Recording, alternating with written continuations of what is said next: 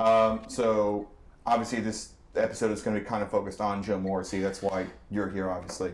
Joe Morrissey has had a sordid history, to say the least. Brief summary of who he is. He delegate in the Virginia House of Representatives, or in state government, has had a few big incidents, including bringing an assault weapon to the Virginia State Assembly as a protest in defense of gun control. So on the right side, but definitely a little, and then lost two of the weapons, a Tech 9 and an Uzi, that later actually showed up in possession of a drug dealer. He won a special election while in prison. He had, statutory raped a 17-year-old who is your daughter, which is, as Rebecca Keel said in a debate recently with Charlie Diodor on abuse of power dynamics. That's a big feminist issue as well. As someone's boss, it's a big deal. As someone who is obviously underage, it's a big deal. It's wrong on many levels. The claim Montague has made on this episode is that he then married her for spousal immunity because obviously she's the best witness to take down anything that he has. So the claim that he's made is that the reason that they are married is because he knew that was the best legal option, not necessarily because he loved her. She has made a statement recently in the press, using this as saying that this is a way to marginalize black women or to dumb down the voice of black women, essentially turning it into a race argument, which many people have argued that it is not. So we're going to discuss that. Obviously you are much more involved in this than any of us are personally, since obviously right. Myrna is your daughter. So if you could give us, I guess let's start with the history. Let's start with the beginning of where, how did you first find out about Joe Morrissey? How are you introduced to Joe? Well, what happened was my daughter had called me up and she said, "Hey, Daddy, take a guess who I met today," because she was working at the foot doctor behind Johnson Willis. So I said, "Who, Myrna?" She said, "I met Joe Morrissey." So I said, "All right, that's nice." So she turns around, next week she calls me again and said, "Hey, Daddy, Joe Morrissey offered me a job." I said, "Offered you a job?" She says, "Yeah." I says, "Well, let me tell you something first. The word on the street is don't trust him." So then she calls me up and says, "Hey, Daddy, I want to go out to dinner tonight," which was a Friday night. And she says, "What time do you want to go?" So I said, "Well, about 6 or 7. So I go over to her mother's house. I'm sitting there on the couch. And she's upstairs. She comes down. She grabs the door. And I said, "Where are you going?" She said, "Oh, I'm going to dinner, going out with a friend of mine." I said, "I thought we were going to dinner." Yeah. So, not knowing, one of her sisters had already gotten wind of it. So I'm sitting on the couch, and all of a sudden my phone rings, and she says, "Daddy, Myrna's going out." I said, "She said she's going out to dinner with her friends." I said, "We're not going now." So her older sister starts following her and follows her to the riverboat, and all of a sudden she sees Joe Morrissey there. I think it's called the riverboat. I don't know exactly where it was. So my daughter's calling me up, "Hey, Daddy, they're there. They're there. They're having dinner." I said, "Well, I can't do nothing. It's a public place." So she turns around. She calls me about, I think it was about 10 o'clock. She says, "Daddy, they're coming out, and Myrna's following him down the road in her car." So now my other daughter's following them. So she follows him up to Virginia Commons where he used to live at. And my daughter, it's about 11 o'clock now, my daughter comes up and says, "Hey, Daddy, they're up here at his house." I said, "All right, I'll be up there." Just to remind everybody, she is underage this time. She's 16, only 17? 17 She's 17 at this that time. I mean, this would be slightly psychotic if she was over 18, but she's 17. This is reasonable steps you're taking. Obviously, it's your 17-year-old daughter that you found out is going out late at night with an older man. With her boss. And after that, it got to the point there I hadn't spoken to Myrna anymore. And that's when I started finding out she was still dealing with him. And it was pretty much, I couldn't say anything because now the courts had it. So at this point, obviously you've had all this legal action and the whole, discovering what's going on. Were you still in contact with Myrna at this time? No. So at what point, I guess, did you, and obviously I take it you guys aren't on excellent terms at this time, at this moment. Well, I wouldn't say we're not on excellent terms. We're not communicating. Okay. Now, we were on the Jack Gravelly show. You can go back, and if you pulled up the Jack Gravelly show, Shelby Brown, I think, was the news reporter. Okay. She was there that day. She'd seen me and my daughter go in. Jack invited us to sit down in his office and talk. I said to her, Myrna, first of all, stop listening to people.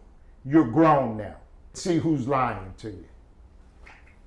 And so, that was pretty much about it. And that's when she was pregnant with the first child. By the time she was already pregnant? Yeah, by the time we were on the Jack Gravelly show. And how old is he at this point? 57? Yeah, he should have been about 57. So he was 57, she was 17. 17, yes. And Well, she was 18 then when she Okay. was pregnant. But obviously That consummated prior to that. well, that's what I was going to ask, and forgive me for having to ask it, but does the dates add up from when she was pregnant to conception? Well, the dates do add up. That's where Joe Morrissey made the comment as do your math. So basically, so he was smart enough to, not to be too explicit with the father of the child here, but basically he was smart enough to use condoms until she was 18. According to the documents, The texts say no. according to the court documents, says no. Does it speak about Plan B, huh? Speaking on Plan B, Yeah. I told him to pull out, but he didn't want to. yeah. See, some of the things I don't want to Sorry, read. yeah, sorry. I hear, but I'm like, I To her understand. girlfriends. Yeah. Yeah. Yeah, I told him to. yeah, And now I'm worried. Yeah. right, and that's what Oh, I read. but those she parts. was talking about a friend who was in trouble and needed Plan B. That wasn't talking about her stuff, though. Oh, no, never. No, Never. never. Didn't happen. Well, It's a I'm shame, from Missouri.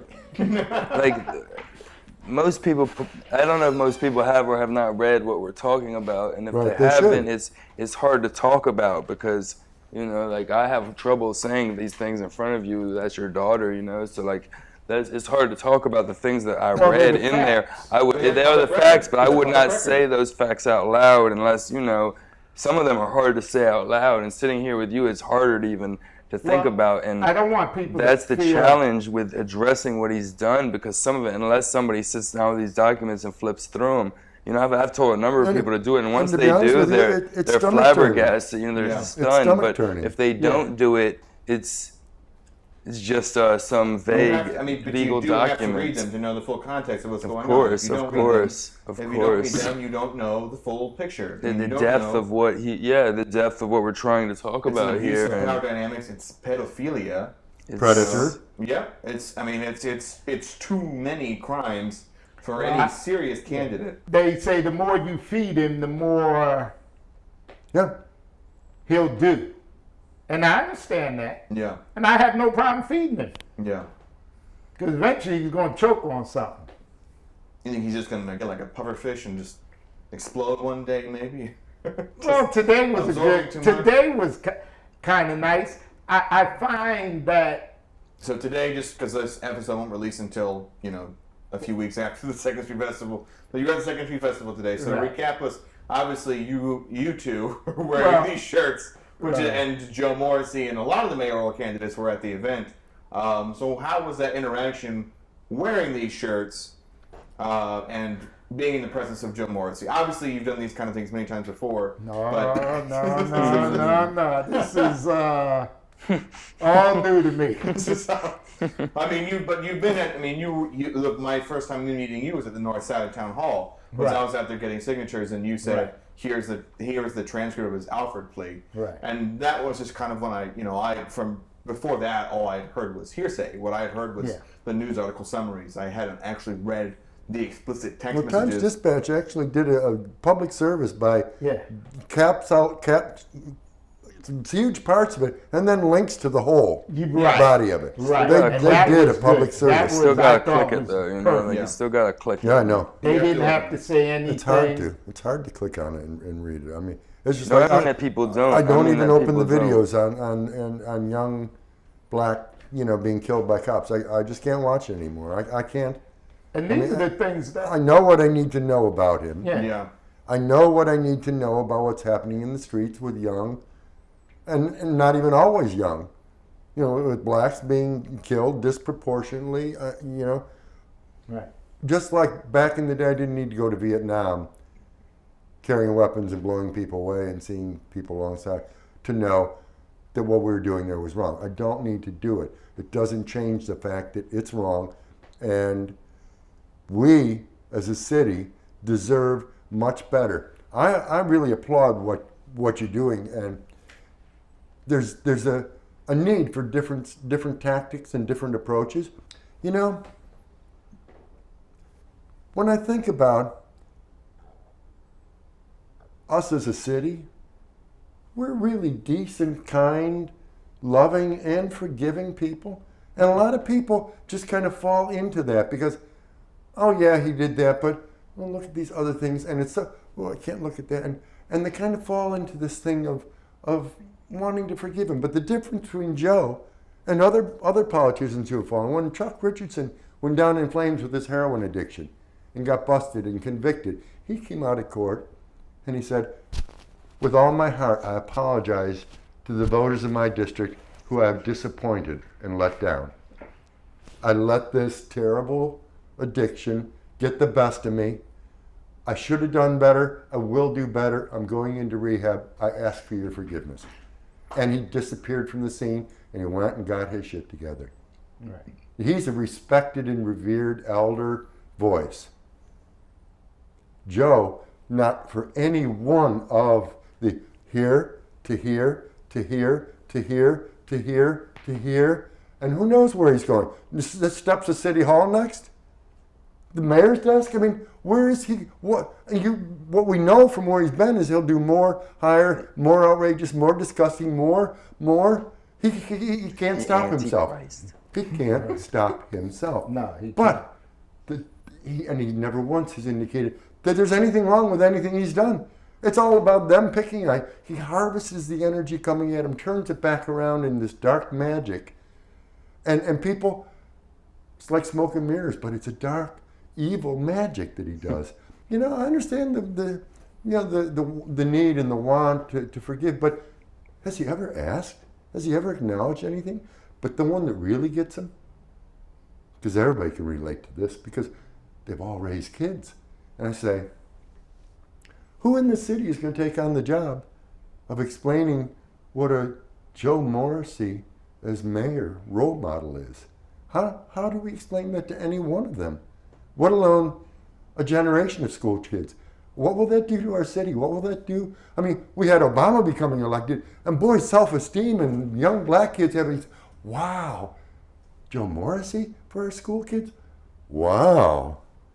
I mean, I can get away with this shit. yeah, I mean, it's, Didn't know Have that. you met somebody that was like for him, and then you told them some things, and they were like, I "Oh, can I turn- didn't know that." I feel good today. Today was, I didn't know how or what was going to happen. so what So you came out Tell us. wearing these shirts and distributing these shirts at the Second Street did Festival. you Yes. have? Just you and your shirt. Just me and my shirt.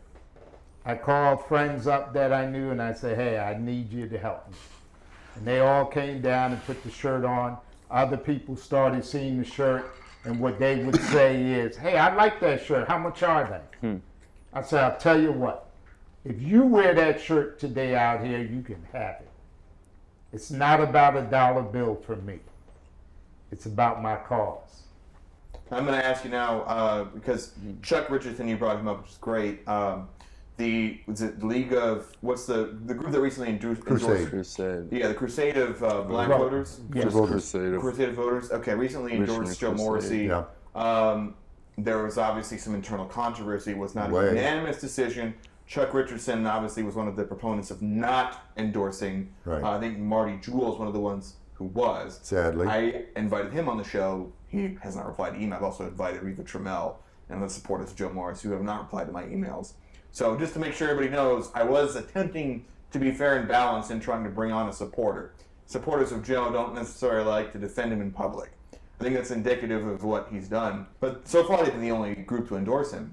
I think that's really, largely indicative of just kind of the wrongs he's done. I started wondering who supports him, who gives him money. That's what I started wondering, seeing the people that were actively working around him as we were standing there. They didn't seem to be the same so-called members of the community that people think are his constituents. So I was wondering who is on his campaign team, who works for him. What at least from what I've learned, his financial contributions are very weird. They're not most of it is in kind. It's not straight cash. In kind contributions, for those who don't know, is contribution of goods or services. It's saying printing all the signs. Yeah, printing all the signs, or hosting a fundraiser, or basically giving of your resources for free. And those are primarily his biggest donations have been in kind donations. So hookups he has somehow with local businesses or print shops or somehow something similar to that.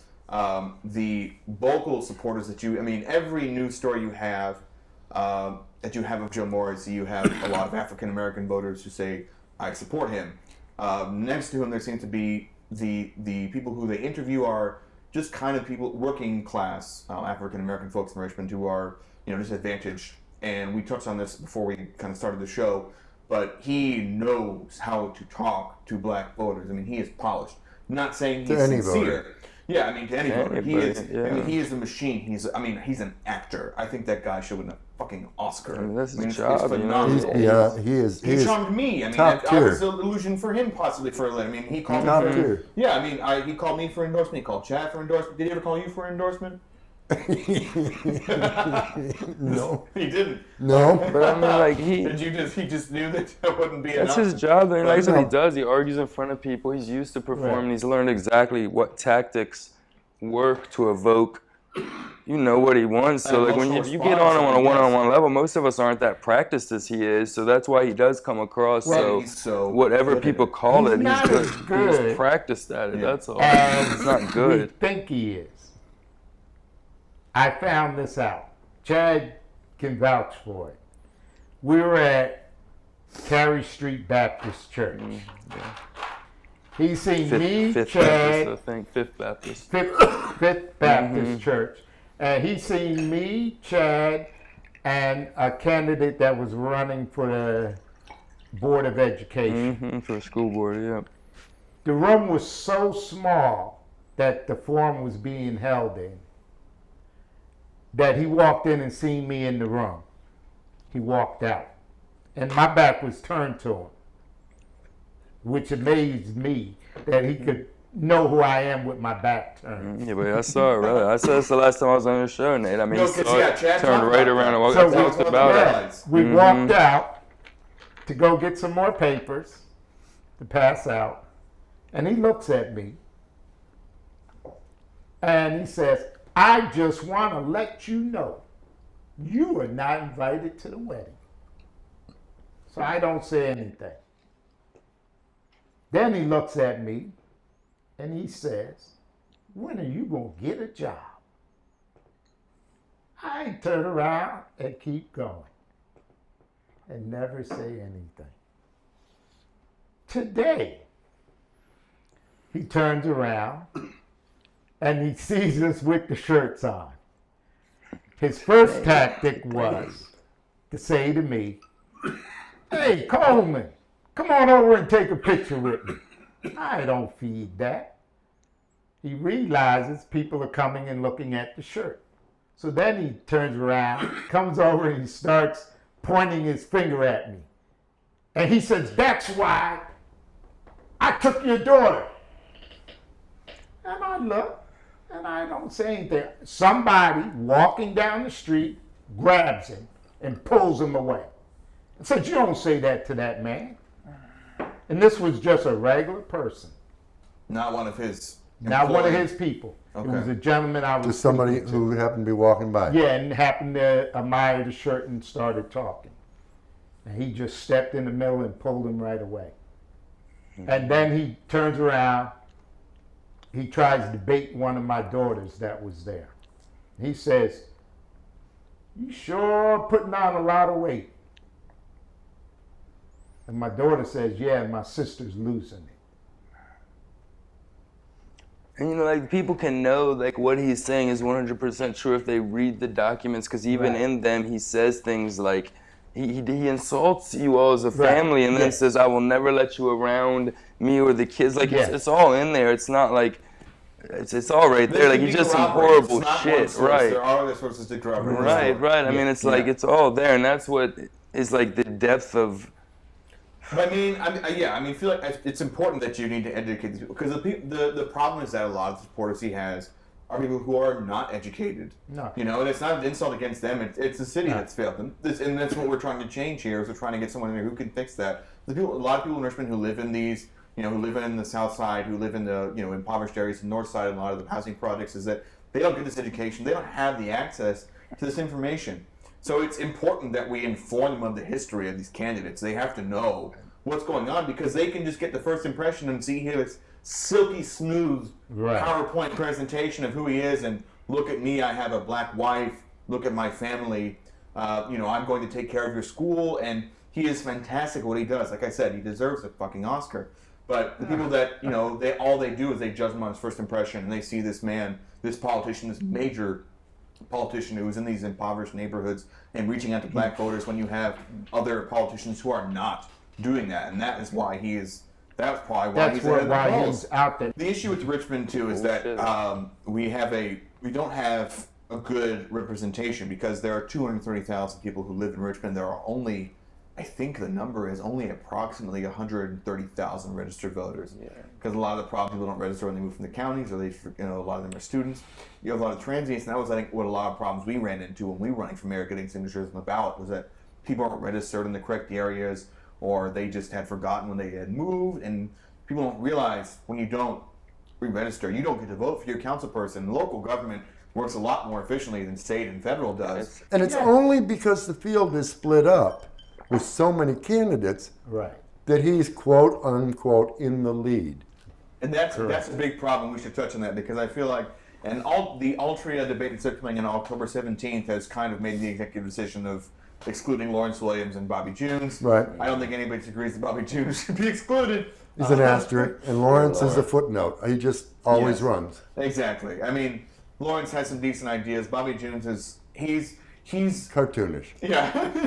And their percentages would be negligible anyway. The thing is, Even both of them combined won't get 3%. Yeah, I mean, Right. but I can't be mean to Bobby Jones, because he's such a nice guy. He just seems to be kind of in the cloud, Really but clueless. he's a real. Really, If you ever talk to him, you just feel bad for him. He's just a real. Chill I talked dude, to him, but- and it's just like it's what he goes. It's what I do. I was on the edge of introducing myself to him, because I've never met him. I was about to be like, I'm Chad Ingle, maybe you didn't. I ran for mayor earlier, I know you, but like I didn't feel like engaging with him, so I didn't do it. I just sat there and talked to him, and then I was like, I talked to him today, and it was so I funny. tried it to was talk awkward. to It was him after awkward. I at laughed. best. the You Times did. Dispatch forum. Right. And I tried to talk to him, and I said, he says, I don't think I'm going to drop out ever. I don't think I'm going to drop out ever. He said, every time I get up to bat, I'm still hoping I can hit that one out of the park. And I ain't no fool.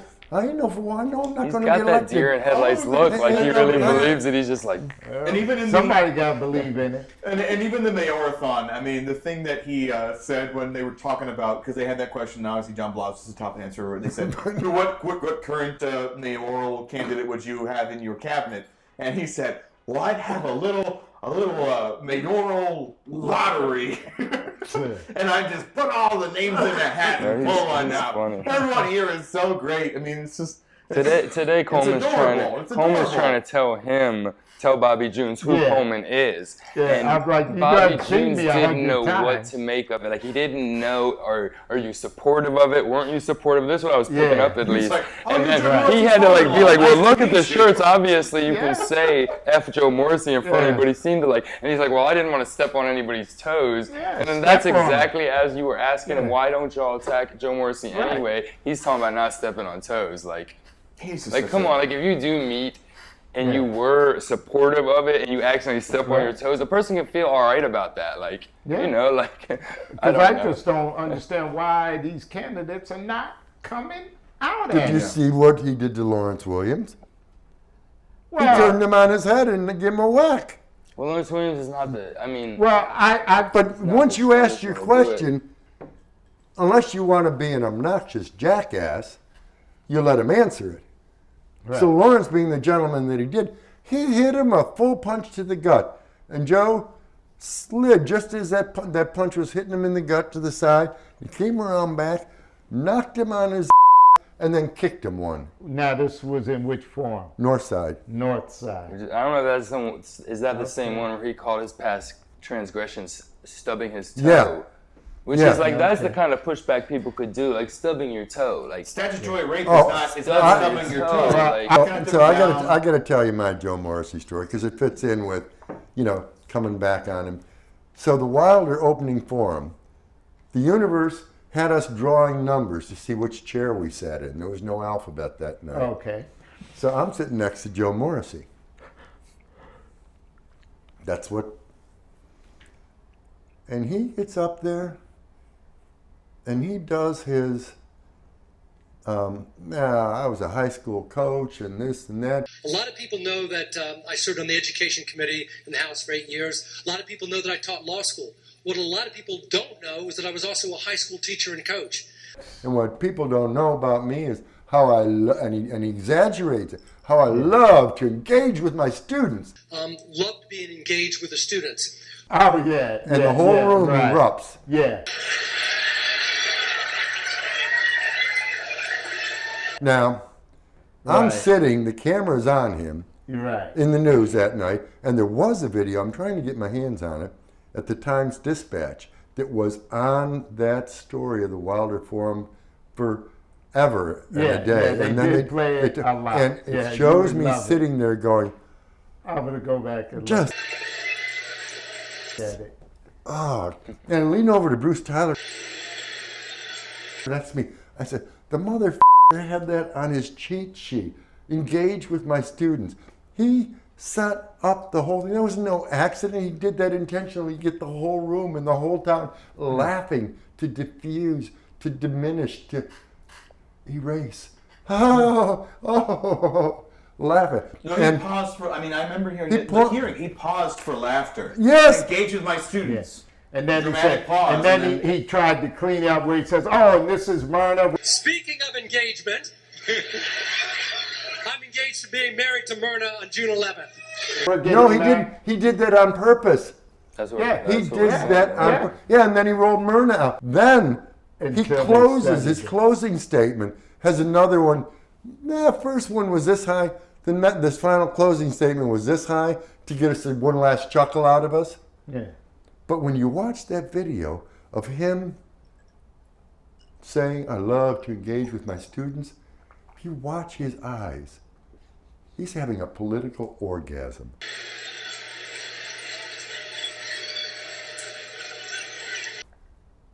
In his panties. I mean, the look in his eyes. I did it. I got him. Oh, wow. Oh. Some rock star. Rock star. Super. I mean, Beyond on Oscar. some, Oscar is on little some league real compared to shit, this right, guy. like, I mean, Right. Okay, so and he does it again on the closing, and I walk out there, and I put my hands on my head, and I can't think. I'm like blinded by the lights, but I'm blinded by his vulgar, offensive bullshit, and I'm just standing there, and I'm looking at the floor, Were you looking there? at the ceiling, and my Were face you is there all at the screwed front up. thing? Yeah, I I was kind of there look over my before, yeah. shoulders, back towards where Joe is sitting, and shake my head some more. Finally, I take a big breath, and I give my closing statement. That's a Tuesday night. Yes. Saturday morning, I'm at the Walgreen at Chamberlain, Brooklyn Park Boulevard. I'm leaving town. I got to get something. I go in, dash down the aisle, find what I do. I come out. I turn the corner, heading toward the register. I look up, and there's Joe at the cash register. So I just kind of slip in behind him and lean against the empty cash register across the aisle and watch him. And there is at the cash register a young, really hot black cashier with fire engine red hair. And as I come up behind Joe, he's going, "So you're a senior and theater major at VCU, huh? So are you going to be on Broadway or off Broadway when you graduate?"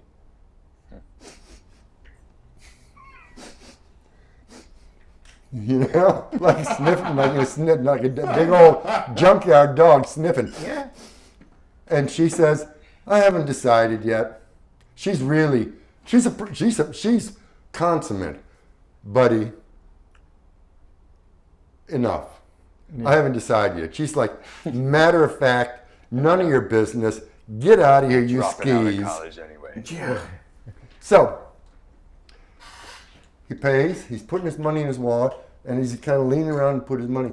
He notices something back there, and he turns and he looks at me, and he's physically no change in his body reaction, but his eyes are piercing me like a hawk to the very center of my being, and I'm just watching him do it. And then I watch him shapeshift like a De Niro or you know Jack Nicholson, you know, and all of a sudden he goes, "Oh, Alan," and it's like 8 feet between us, and he comes over right into my space, and his arms are out like he's loving and concerned and wants to kind of hold me.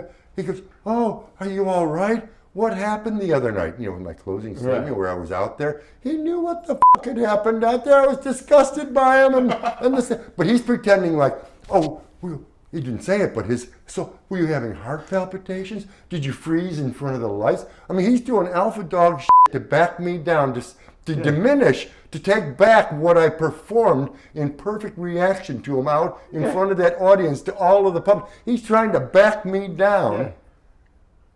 And I'm just looking at him doing this performance, and my eyes are like big, and all of a sudden, I just broke into this laughter, and I kind of slapped my leg, and I said, "No, Joe, everything was perfect." And I started laughing.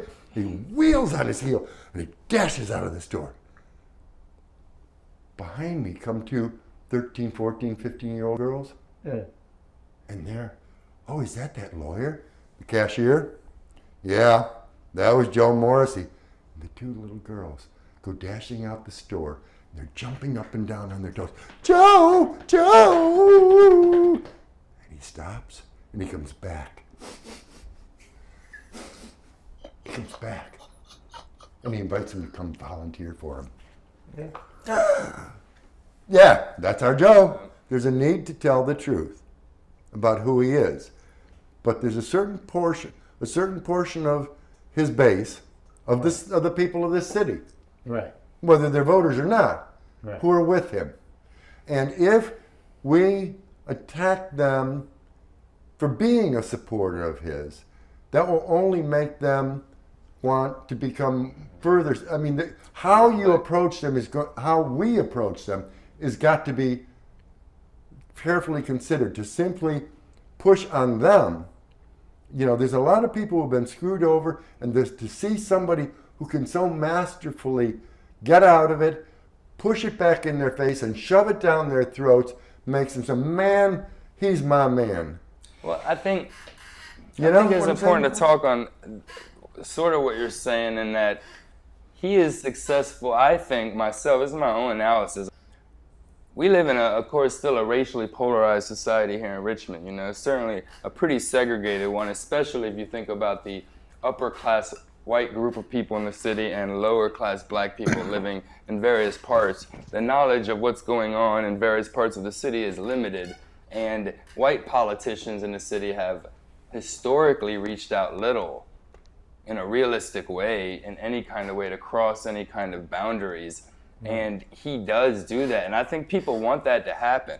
People want this kind of to see each other, care for each other's problems, and he's doing it. And I think it's a shame on white politicians that he's getting away with it because nobody else has even done anything. So Joe Morrissey is like the standard bearer for reaching across racial lines, which is a shame, but it's kind of the truth, because there hasn't been strong reaching across racial lines, and he's doing it. And I don't think his base is ignorant. I don't think his base is ghetto. I think mostly they're actually trying to embrace what they think is, like this white guy cares, Then you obviously will support me. If that's the only guy that he's there, he's talking, he's looking people in their eyes, you know what I'm saying? He's shaking their hands. I got scooped up over in the 8th. I know that district better than all the rest of them. He slept with people down there. He knows how to talk to people. The people I met in the 8th, because that was a district that I spent so much time out there on appeal and then getting ready for the court case. They were amazed. There was a 93-year-old lady who said, "This is the first time I've ever met a politician." Right. When I was out knocking on doors, especially in Northside, people did not expect to see me there. You have to go to the projects. You have to go to these underserved areas. Those are the people. Especially considering, thankfully, we've struck down some voter ID laws. They vote in droves. They're the ones who most disaffected. People who are the most angry are the ones who vote the most. And unfortunately, we're seeing a lot of that with Trump these days in the national election. But I feel like in Richmond, people who are really angry are the ones who are seeing all this progress being done in some parts of the city, where you're seeing areas like this that are sprucing up Jackson Ward and the Boulevard area, turning into kind of little white paradises with breweries and cideries and nice big apartments and high rent prices that people who have the jobs there can afford. And what you're seeing is you go less than 500 feet up Boulevard from that cookie law factory, and you see these underserved neighborhoods that are not getting the same attention. And so it's very easy for someone like Joe Morrissey to swing in there and say, look at all this progress being made. You aren't getting a fair share of the progress that's happening here. And so the politicians need to take note, because Richmond is 45% white. We'll look up at Dwight's time if Joe Morrissey's I'm quoting Michelle Mosby on Facebook. You can look this up, so I'm not making up what I'm about to say. But she said that when she was out there, or one of her people said when they were out there, that somebody told them, a black person in Richmond, that they would not vote for a black person again.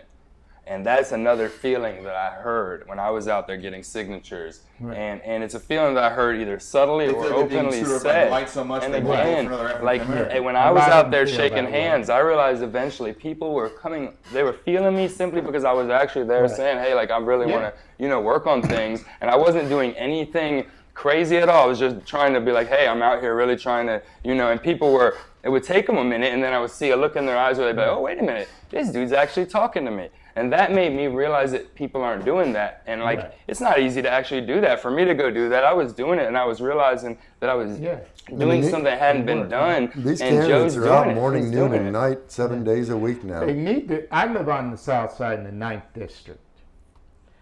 I've approached every candidate and asked them, why aren't y'all coming across that James River? And they tell me, well, we're focusing on this district or focusing on that district. What about the other side of the James? And there's a few I districts said to a few of the candidates, if you got a problem with those neighborhoods, you call me up. We could all come together. Yeah. All 7. We could all come together, get on the bus, pull up in the neighborhood, and I'll walk with you. Did you read the piece that was released that she, this is about the degrading. Well, this is a conspiracy, and I will just say that I do not know. She said it was confirmed that it was written by her, but I cannot. Wait a minute. Did you see the Channel 6 recording of Joe Morrissey's lips while Myrna was speaking? Oh, way back In the beginning. Yeah. And they're having a press conference where she is adamantly declaring, I did not have sex with Joe, and Joe's lips are going right along with it. Yes. Right along with what she's saying off camera and sitting next to him. And the TV cameraman focused it on a close-up of Joe's lips mouthing what she is saying. I'm still trying to get my hands on that tape. What you'll read in the Alfred plea or the other records, you'll see that. How come you just You'll see that coaching. You'll see that coaching. They don't want to get in the middle of it. So I got people at the station. I got somebody at the Times Dispatch trying to find me the video on that and trying to get me the I'm trying. Coleman, let me ask you this. I mean, I don't know. But if you know, saw but that part with of his it- lips saying what she's Yeah. saying. So don't, yeah, of course she's saying she wrote it. But we don't know. Well, of the course, inside. I was just now, wait a speaking. minute, I was now, just you're speaking. saying I was just speaking she from wrote the it. heart. No, I'm saying I'm not entirely sure she She wrote it. said. neither am I. I I'm can't- What I I am can't, sure. you know, make a What I definition am against sure it. of is that's what she said. She said I wrote it. She took the claim to it, I Right. will say. But when on the other done that thing, all along I'm here, like, speaking that's no these big words deal. from my heart, from the bottom of my heart. And Joe, I'm speaking these words. I mean, let's. Come on. I mean, Yeah. you know, he can't help but tipping his hand every so often, and the curtain or the universe just blows the curtain back, and you didn't realize the camera was on him. You thought everybody would be focused over there, so you just I mean, she's- exactly I mean, I'm just, word like, for really word. disturbed. It's like a ventriloquist. Yeah. Dark stuff. Chad, make your. I mean, I'm just Know what I'm saying? one. Coleman, I'm wondering, like, how did he feel? I mean, okay, so you find out your daughter's at this dude's house. You go there, you call the cops. You know, the law starts to, you think, work in your favor. I guess they're doing an investigation and whatnot, and then down the line, what happens is he's convicted for a charge that you get if you buy a teenager cigarettes or alcohol, contributing to delinquency, which is something I always associated with that charge. Cigarettes or alcohol. I never really thought of anything else associated Not with that charge until statutory this rape. case. So, I mean, it makes me mad thinking about it right now. Like, mad, like, you know, how did you feel? Like, what did you... I'll be honest with everyone. That's the biggest question I had to go back and think, and no one ever asked me. How did I feel when I found out? And it took a man from Charlottesville, an 80-year-old man, to ask me a question. And he said, "How did you feel?" I did not want to tell the man. He was a white man, older, and I'm like, he knows what went on before I was born.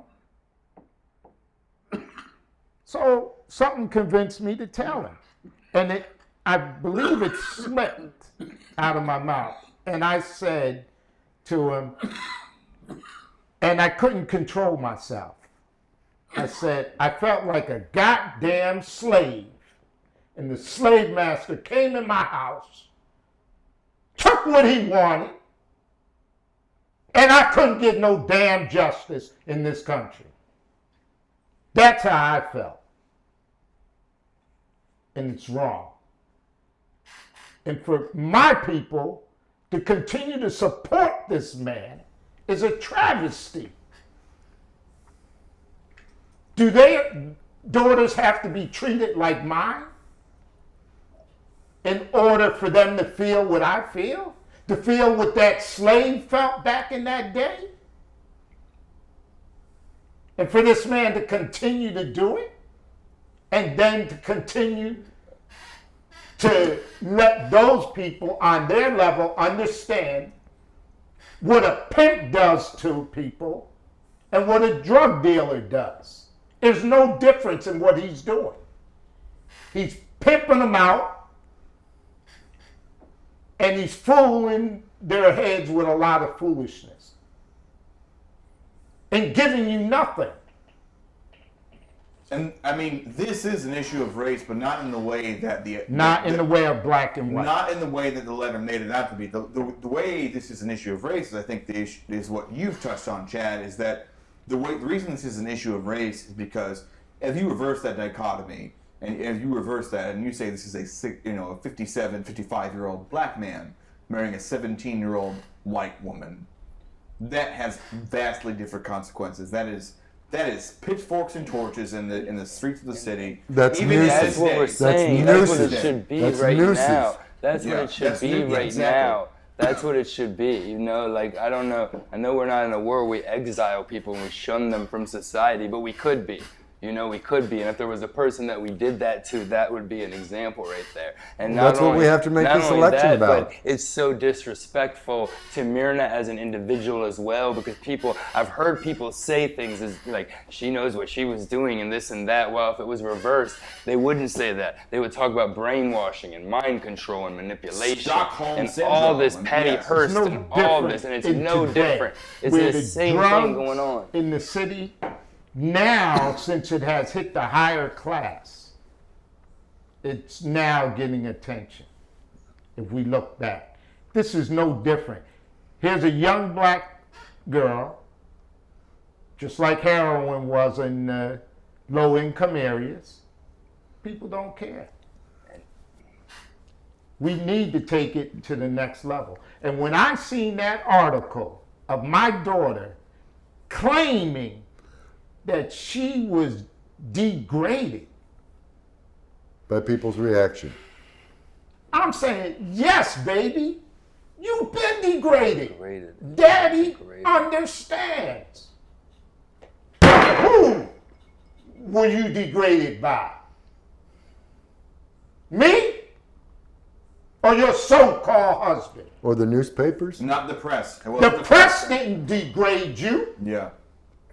He degraded you by sending those pictures to his friends. And by sending her out to talk to the newspapers. Bringing her and make everywhere. a statement. Put her on the flyers and like he left on my door. That Putting her front Jim and Crow center. picture. When he calls me on the phone even and said, I want your support because Myrna thought you hit it out of the ballpark. And all I could think is, like, don't you know that I freaking teach? I would have taught her like 3 years ago. 17-year-olds. I would have taught her like 3 years ago. And I'm like, you pig. But I don't know if he thought that or not. And if he did, him. And if he didn't, him. You know, like no matter what, that I couldn't even think what to say because I was. That leaves a person speechless. You can't endorse someone who could have potentially. That's in your And case, endorse. would have I taught don't even. student. I don't even look people. I don't even. I mean, that's gutter trash to me. You know what I mean? Like to me, that's gutter trash. I look down my nose at such people. That's what I do. That's what I do. But somehow we've gotten to a place where what I'm saying could be looked at as wrong. Like, oh no, don't judge him. You're Like, wrong, you know? wrong. Look at the statement in the Washington Post. When they asked him, would you allow your 20-year-old daughter to date a man your age? No, because I want. And his daughter doesn't talk to him. His grown daughter that's in her 30s does not have a relationship with him. Like he has a daughter that's Right. like that's. I think he has 6 children with 3 different mothers, 6 other children. And some of them have no relationship with him. That's telling if your children. At least when people compare it with Trump, at least Trump can get up there and have his children like, I love my father. Like, okay, good for you. You got your kids, but not this. He doesn't have that. I He got doesn't have 7 that. daughters.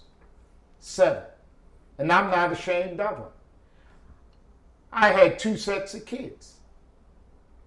I may have not been right in what I've done, but I've taken care of each one.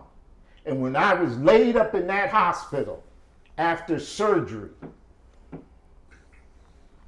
and all 7 daughters with their mothers in the hospital, I realized I'm a fortunate man.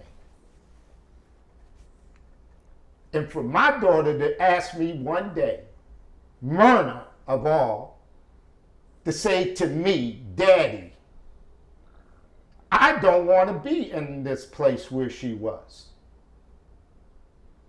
I said, I can't change it today, but I'll be back.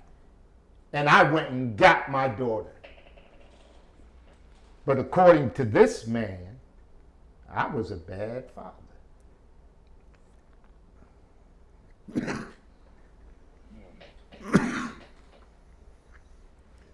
My daughter knows who I am. Yeah. I believe she's made a mistake and she knows it. She's too far in now to get out. She can Brainwash always his shit. walk Brainwash out. his shit. All He can- she got to do is pick up that You phone. don't understand the psychology He's of it. brainwashed his shit. If he can meet people at the door, despite the fact that they know all this shit about him, he can still knock on your door, shake your hand, and charm you enough to put a sign in your head. He's got her head gone, like Well, let's talk about gone. that. Like I mean, he I mean, he in the I'm Washington sorry, Post, Coleman, no, but no, I mean, you're like, straight. in the Washington Straight. Post article, he shows a picture and said, I mean, he references this scandal as a resume point, as a highlight of his political career. He says, "This is what I've done. Look at this picture of me and Myrna. You know this, don't you?" That is a verbatim quote from the Washington Post where he says, "You know this, don't you?" He points at that and says, "Look at my family. You know I've married this woman who I was accused and actually pleaded guilty to having, I mean, statutory rape is what this is. This is not, endangerment to a minor. This is statutory rape. And any other claim to the contrary is idiocy. I mean, it is statutory rape. I cannot say that enough. And like I said, the evidence shows predatorial behavior. It shows that he knew that she was underage and preyed on such a fact, was warned of such a fact, and alleged things floating in the air suggest similar things in other spheres of a man's life. This suggests it's not the first time he's done it, and even the evidence, even when people were warning him or her about the age differences, were even in the evidence saying he was known to have known. Like, the evidence is so damning, and as the Alford plea, we have to remind ourselves is a form of guilty plea. So the evidence in there, I think we can talk about the evidence openly, right? That's not illegal for us to talk about the evidence, that the evidence in that Alford plea then said that he was at the foot in the doctor's office, and they told him she's underage and warned Myrna that, be careful for such a friggin' thing. It's all in there, like.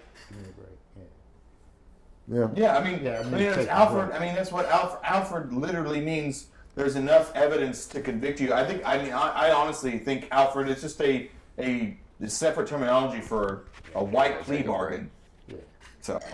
You've been around Richmond a while. 30 years, 31. I got a question. Chuck Richardson. Mm-hmm. How tight was him in jail?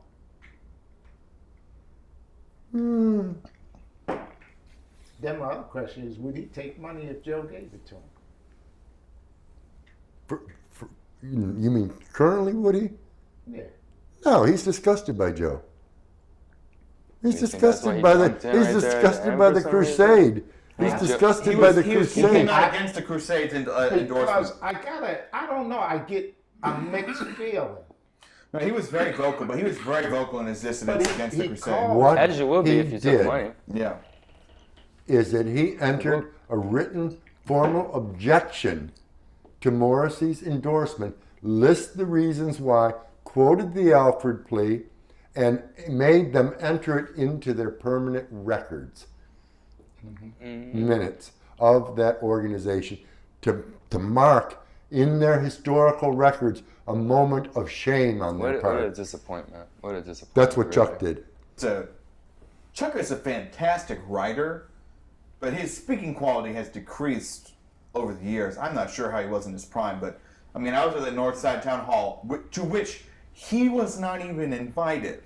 And still he managed to get on the stage. It was hard to understand classic. what he was It saying, was though. hard to Like, understand, his, but it wasn't. it's such a weird difference between what he was saying. But that and what he hall, wrote. His that hall entry also into- was his horrible. entry in the race was a little strange. I mean, like, I know I'm just a teacher who entered the race as well, but he just came in, it seemed like, for that forum But to kind of George- get into that, and then he dipped right out. Like, it was mysterious to me because I hadn't even heard of him. So when I did hear of him, Oh yeah, I had Chuck and as all a. the history of him, even like yeah. you know, I wouldn't just say added that to the most frequent, but he was in the top.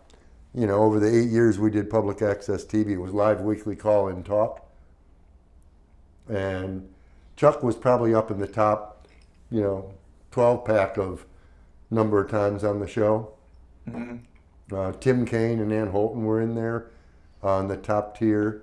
Food Not Bounds was first organizing back then, came on, and people found out about him, what they were going to do. It was just literally, a breeder space and a launch pad for political careers and all of it, run through the Clinton years. And Chuck, that's when I first met Chuck, and through it all, he was the constant voice of the people, and nobody in town before or since has delivered higher level of constituent service. I'm gonna ask because I had some questions. I had some people that I told that you were going to be on the show, and I had some questions they wanted me to ask you. Someone said the first one they wanted me to ask you. Will you ever stop fighting Joe and accept it, or will there ever be a point of reconciliation between you and Joe where you? I love this. Okay, because I feel like you probably it sounds like you've asked that before, but I've already studied this. Okay. I've put some things in the works already. Okay. The first thing I did, I put roots on them 2 babies, and I done put a root on him. I'm not gonna stop fighting. If he drops dead before me, it's done. If I drop dead before him, I get to heaven. I'm asking the Lord to come back to haunt him. And them roots are deep on him, and they deep on them babies now. What you gonna do, Joe? Bring it on. So will there ever be a point where, I guess the deeper question, and I think I already know the answer to this, is Thanksgiving dinner at Coleman Pride's house will probably never feature an appearance by Joe and Myrna Morrissey. Is that correct? I won't say that. Okay. I have some terms. Okay. And what, do you mind if I ask those terms? Or Chad, you looking at a Oh, question? no, I just had a question too, but if you have another No, one, I you just go have a first. You question go too. first. I was thinking First I term really would like to know. Go on national TV and admit you're wrong, Okay. and we'll break bread. I'm a man about my Yeah.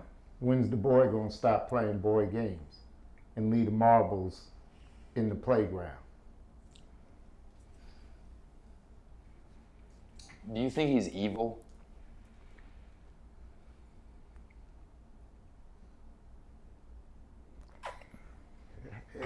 It's kind of hard to say. I don't know evil. Something ain't right up in there. That's what I could say. Part of me wants to go there, Chad, but the other part of me is thinking, you know what? Evil is some serious Agreed. okay? And while we've all talked about how Joe has gone off the charts in terms of what he does and all that, it is so petty and so pathetic. You know, the look on his face when I broke out laughing,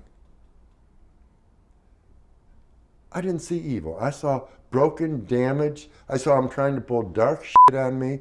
You know, I think evil is for much larger and deeper and more serious than Joe is pathetic and disgusting. He's not evil to me. Like, if you could have your best outcome of the situation from this point forward, like, what would your best outcome look like? One, that she's able to understand what is going on, to enjoy her kids, and to allow her kids to see her grandparents and let them be part of it. I don't want to speak too much on him, but I want to make sure she's going to be all right. Because one of the biggest fears I have right now with Myrna, knowing how close we are and has been, because every day she would call me or I would call her, and we'd always say, love you always. So what I'm looking at, and I'm just hoping that maybe it's one of the reasons why I fight so hard, is that we can resolve this before something happens to me. Because I believe that she's going to be damaged for the rest of her life if something happens to me. Because she's always been that type of caring and nurturing person.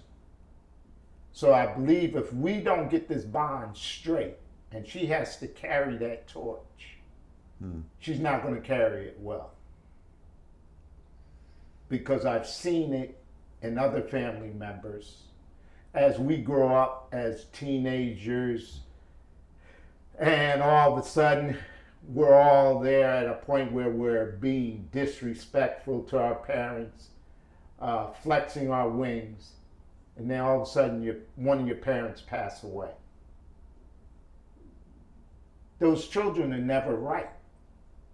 I have a brother that was rebelling when my mother passed away. I was 18 when she passed, and my brother was 16. He was at that, I don't, hold him for it, but I believe that may have been somewhat of why he couldn't come back and get it together, get it all together.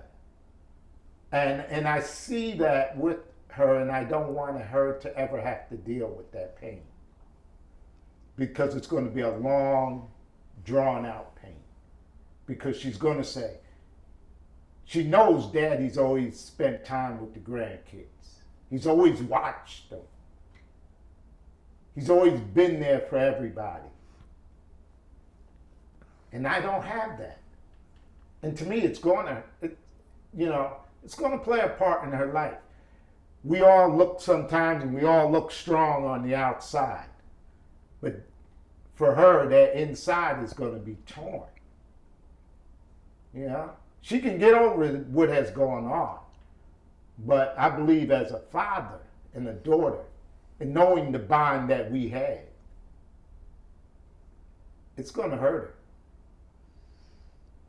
Because if you go back and look at the pictures, and you go look at the interviews, if there was something negative between us prior to this, it would have come out.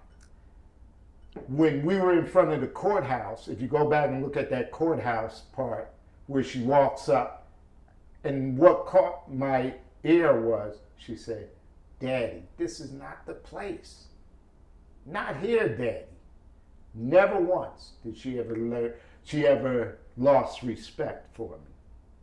When we were at the Jack Raverly show, she never lost respect.